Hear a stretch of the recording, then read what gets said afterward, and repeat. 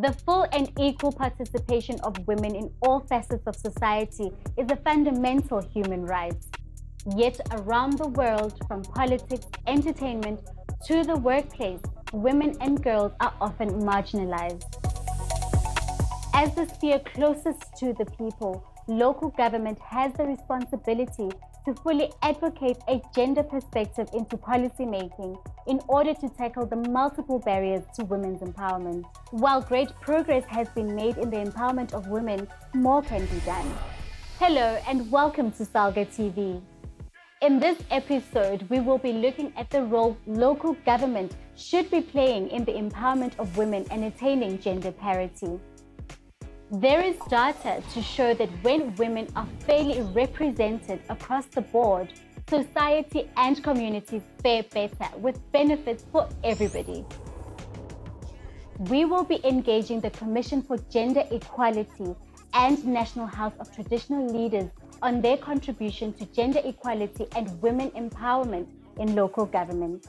No conversation about women empowerment is complete without addressing the national crisis of gender-based violence and its devastating effects on women in their homes, workplaces, and communities across the country. We will discuss local government's response to the crisis and its contribution in supporting victims and survivors of abuse in improving safety of public spaces for women. When congratulating the appointed chairperson of the National House of Traditional and Khoisan Leaders, Premier Bushi Mape is quoted to have said, "Traditional leaders are custodians of our cultures and traditions. They are very important to us as government, particularly in ensuring that we address several service delivery challenges in our communities." To discuss how the National House of Traditional and Khoisan Leaders are addressing gender equality and women empowerment, we are joined by its chairperson, Khosi Thabo Siatlolo. Khosi Siatlolo, welcome to Salga TV and thank you for joining us. Thank you. Among the mandates of the National House of Traditional Leaders is developing, preserving, and promoting the cultures of communities. What role does your organization play in dismantling patriarchy in a society that is evolving and advocating for gender equality? What we have done in the National House, we had our first female chairperson since the establishment of the National House. Mamhlauli, she's the first female chairperson. So we are doing it internally to make sure that women also come into positions of power. And currently we have females, traditional leaders in executive committee. We have them as chairpersons of committee. So women currently in the National House have occupied pretty much each and every position that is available. Traditional leaders across the country are predominantly still male and wield the most power, especially in rural communities. What steps is the NHTL taking to change the status quo? Well, I wouldn't say, the way you say that we have power, I don't think we possess that kind of power. However, culturally, it's whatever community that exists that would say in terms of their culture, it's the male or the female that would be the traditional leader in terms of their customary practices.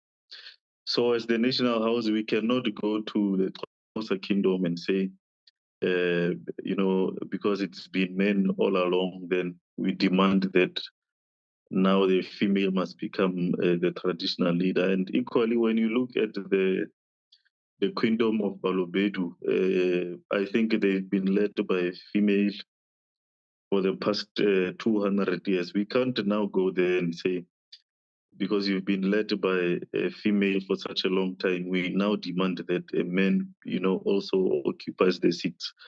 If it's in terms of their culture that they are led by a woman, then so be it. And if you look at the young female queen there, she's surrounded by a lot of old men who voluntarily accept her as the legitimate leader in terms of their customs.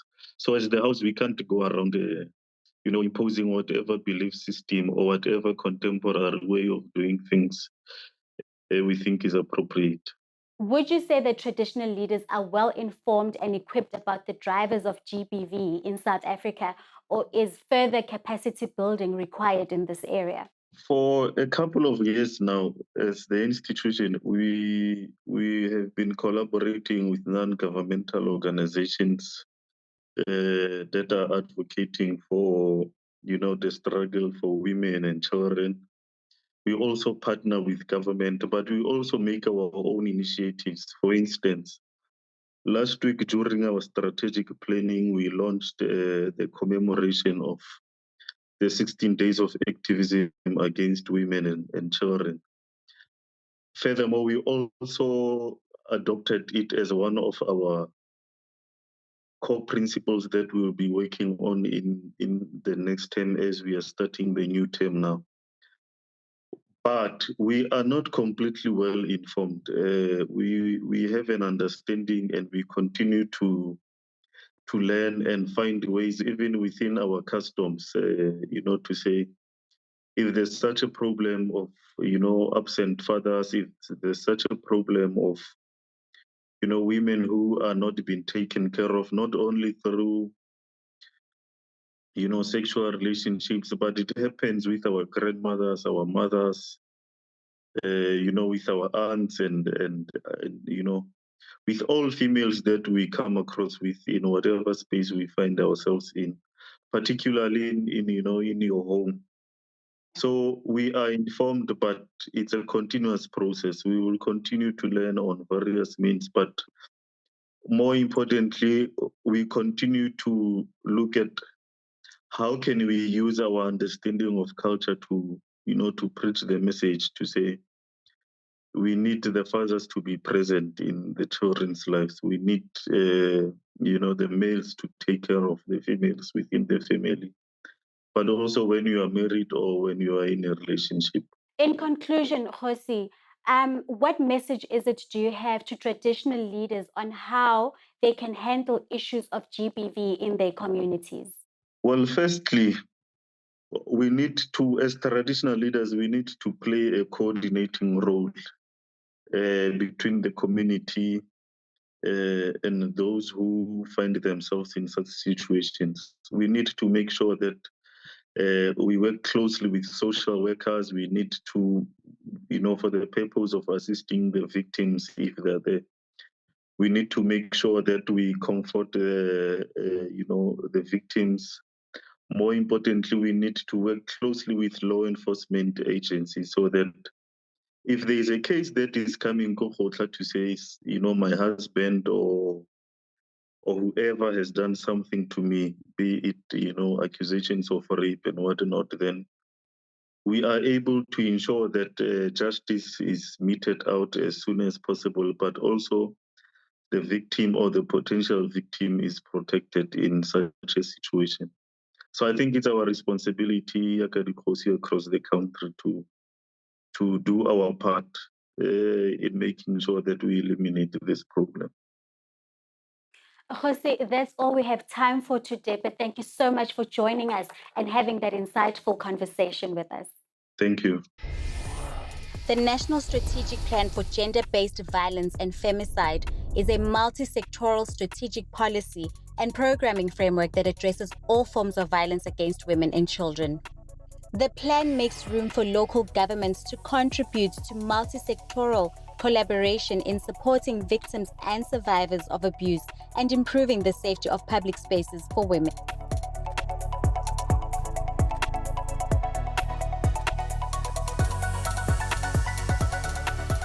Up next, we hit the streets to hear what communities have to say about GBV and women empowerment.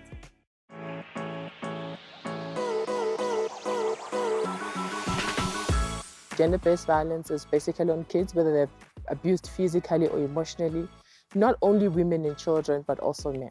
Gender-based violence is an act of violence toward an individual, be it emotionally or physically, by targeting their weaknesses and insecurities. A form of abuse where people abuse people of opposite gender. Could be male or female. So it's basically violating their rights, taking advantage of the fact that they are of an opposite gender in some sort of shape or form. Ideally, we would say that everybody has a part to play. Everybody has the responsibility to be kind, or has the responsibility to basically look out for another person's well-being. But in the world that we live in, we have to look out for ourselves, because sometimes the people that we look to for protection are the people that cause us harm. Up next, we chat to the Commission for Gender Equality and we speak to the Commissioner, Lindiwe Ntuli Tlobatla. Commissioner, welcome to Salga TV. Yes, good afternoon. As the Commission for Gender Equality, you have quite a substantial view of how well or how bad local government is doing in terms of gender parity.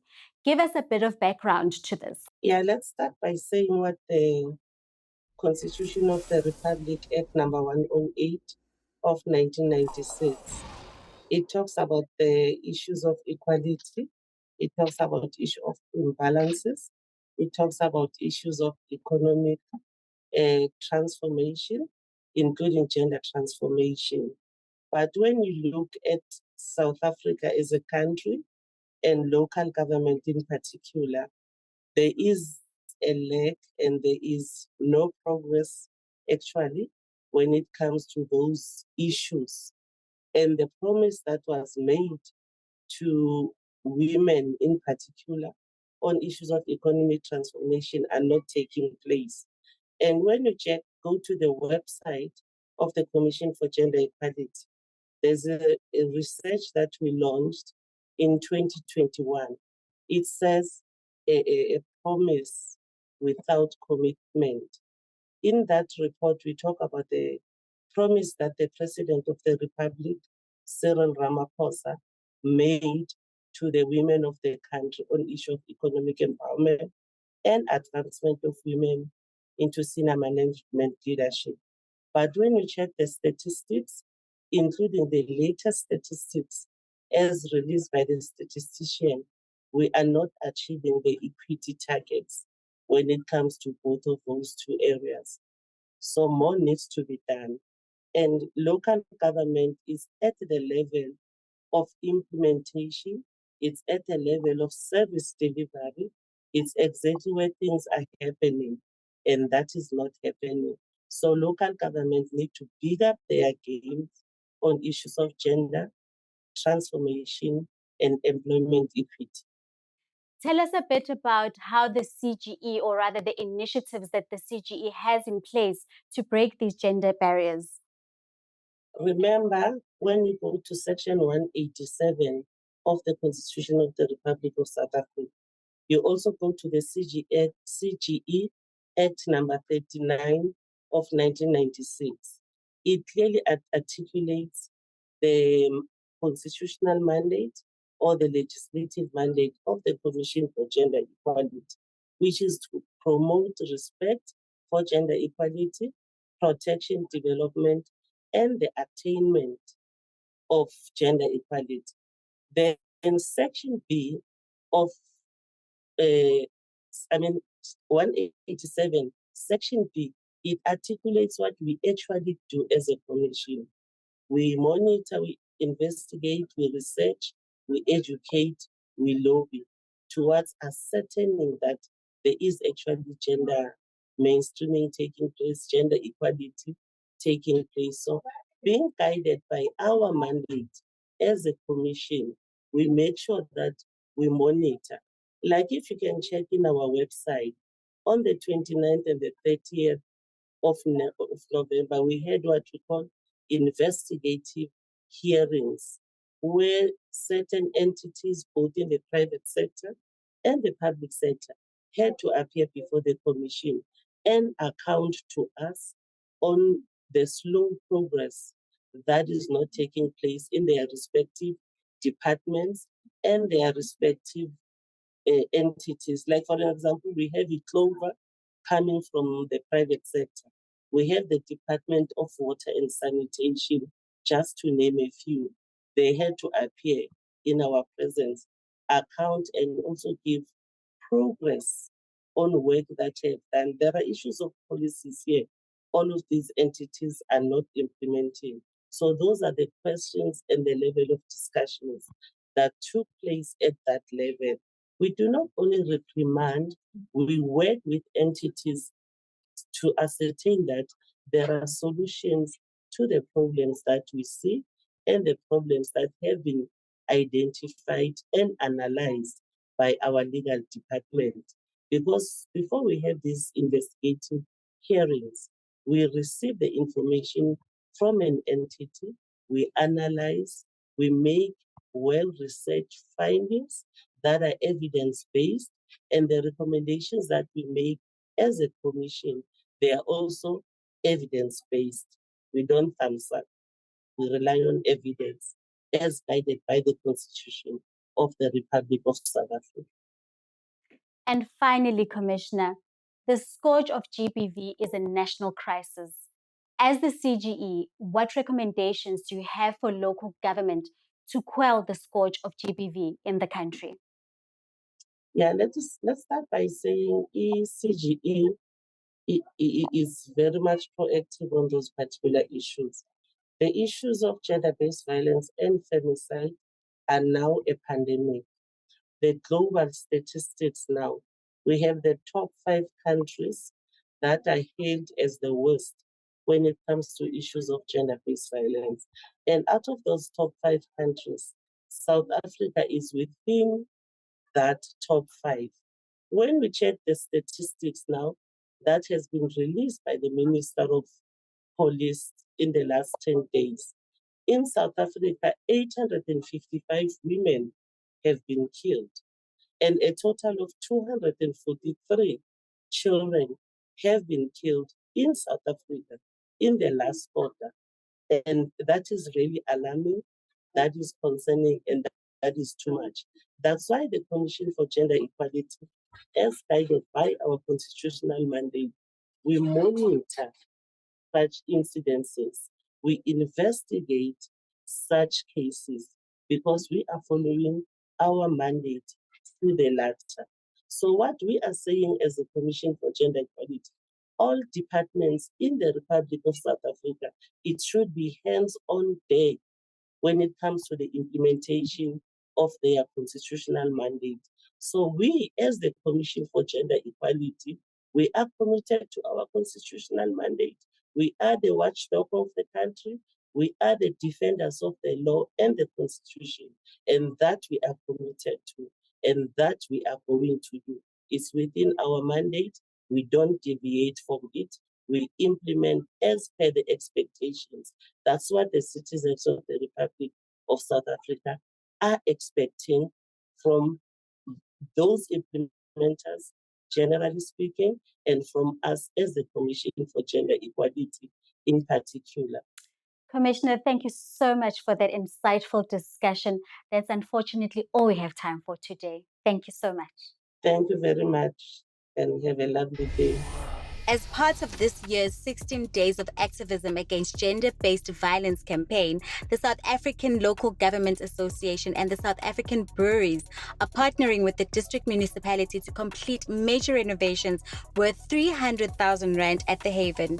The upgrades will see the safe house accommodate more victims and survivors of abuse and improve security technology to keep the Haven secure for its occupants. The safe house, which is being run by a non-governmental organization called the Heavenly Promise on behalf of the municipality, will in the coming month unveil its upgraded facilities at an official handover ceremony in Bredasdorp.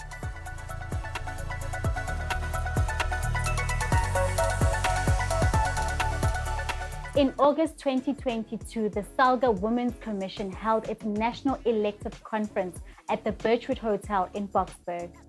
The conference was held to elect a new National SALGA Women's Commission chairperson and adopt a program of action towards achieving gender equality and further advance women's struggle for emancipation. SALGA TV attended the conference and spoke to SALGA's portfolio head for health, community services and inclusivity, Nozibele Makhanda.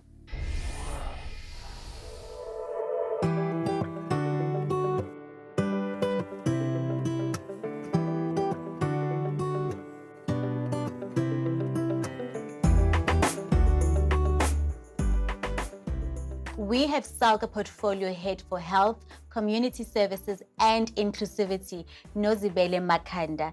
Sis Nozi, welcome to SALGA TV. Thank you very much. It's been quite an eventful 3 days. Indeed. What have been some of the key takeouts for you from this 3-day conference? We revised our SALGA Women's Commission terms of reference. We re-looked into them and looked into how they are serving us, but we did a little bit of revision in terms of those to actually say that the SALGA Women's Commission as a structure, we should have programs even at a district level. Normally, the district commissioners were coordinating the multi-party women caucuses and then getting programs that are actually run by municipalities. But now we're going to spread out into those as well and actually seek partnerships for women development and for whatever women need at that level, so that the commission becomes active at a district level, not just at a provincial and national level. And again, I think what another takeout is really getting women to be so robust in the discussions, just being there. We had the Women Leadership Excellence Awards last night. It was the second time we hosted them. We started them last year. We were like, hey, we're going to recognize women leadership excellence in what is obvious, being what municipalities, in terms of their success and failures, are judged with in the country, the audit outcome. And so we identified municipalities that are led by women. And last year we had 9, and we gave them awards. We gave them a trophy and a certificate. And so this year we were like, okay, how can we make it even more exciting? And so that the awards can then start growing. So we partnered with Moonsoft, that is supporting municipalities with software for financials. And so they were like, okay, we will partner with you, because we are in the municipal space in more than 70 municipalities, and we feel like this is Women's Month, and so, yeah, let's do it. And last night, we hosted the most amazing awards. Lastly, what then is your future outlook on the SWC and women empowerment in general? In South Africa, in particular, in this local government space, the SALGA Women's Commission is very critical in that we have made stride as the South African government to recognize women leadership in local government. And when we're comparing ourselves in the continent, we are number 3. We should be number 1. It is so unfair. The regression that has been made over time on the strides that we have made towards 50-50 has put us at a bad back foot. We should be number 1 in the continent if we had put and stuck on the trajectory of really recognizing 50-50. Because it is even in our Municipal Structures Act, item number 17, subsection 3, is actually saying all councils and councillors must ensure that the lists that come from parties have a 50-50 split of representation. But most political parties just field men. And so that disrupts the gender balance that we're striking to achieve. And so we're hoping that indeed, through the Women's Commission, we're going to continue making the voices of women louder in communities against patriarchy, that women will not be the agents of entrenching patriarchy anymore, but we're going to teach and make them understand what patriarchy is and what it has done to them.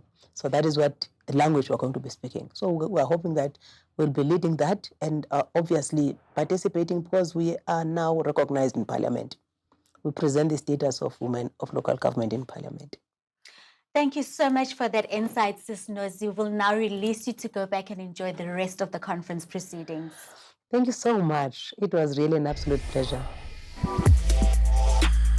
I do believe in equal rights for women and men, because we are all human.